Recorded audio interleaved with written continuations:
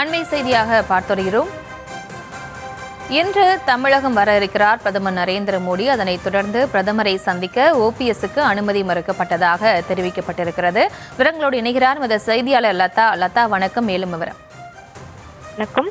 2 நாள் பயணமாக இன்று தமிழகம் வருகை தர உள்ள பிரதமர் மோடி அவர்களை சந்திக்க ஓபிஎஸ் ஏற்கனவே நேரம் கேட்டு கடிதம் கூட எழுதியிருந்தார்.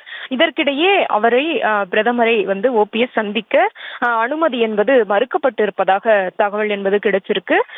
அந்த வகையில பார்த்தோம்னா பிரதமரை ஓபிஎஸ் சந்திக்க இபிஎஸ் தரப்பு விரும்பாது என்பதால் இந்த அனுமதி என்பது மறுக்கப்பட்டிருப்பதாகவும் அந்த தகவல் என்பது உறுதிப்படுத்தப்பட்ட தகவலாகவே நமக்கு கிடைச்சிருக்கு. முக்கியமாக பார்த்தோம்னா கடந்த ஏப்ரல் மாதம், அதாவது அதிமுக பாஜக கூட்டணி அறிவிப்பின் போது, அந்த சமயத்தில் அமித்ஷா அவர்கள் வருகையின் போது கூட பன்னீர்செல்வம் அமித்ஷாவை சந்திக்க நேரம் கேட்டிருந்தார்.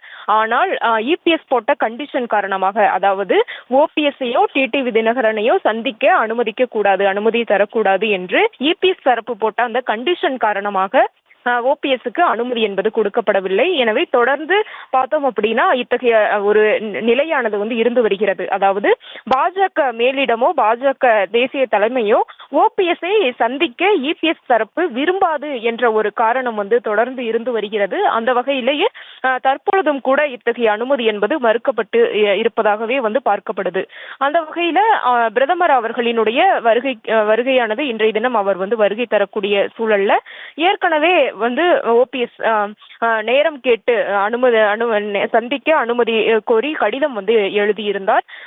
தற்பொழுது அந்த அனுமதி என்பது மறுக்கப்பட்டிருப்பதாக தகவலாக நமக்கு கிடைச்சிருக்கு. மேலும் டிசம்பருக்கு பிறகு பார்த்து கொள்ளலாம் என்று பாஜக தரப்பிலிருந்து ஓபிஎஸ்க்கு சமாதானப்படுத்தக்கூடிய வகையில், ஒரு தெளிவுபடுத்தக்கூடிய வகையில் பதில் கூறியிருப்பதாகவும் கூட அந்த தகவல் என்பது கிடைச்சிருக்கு.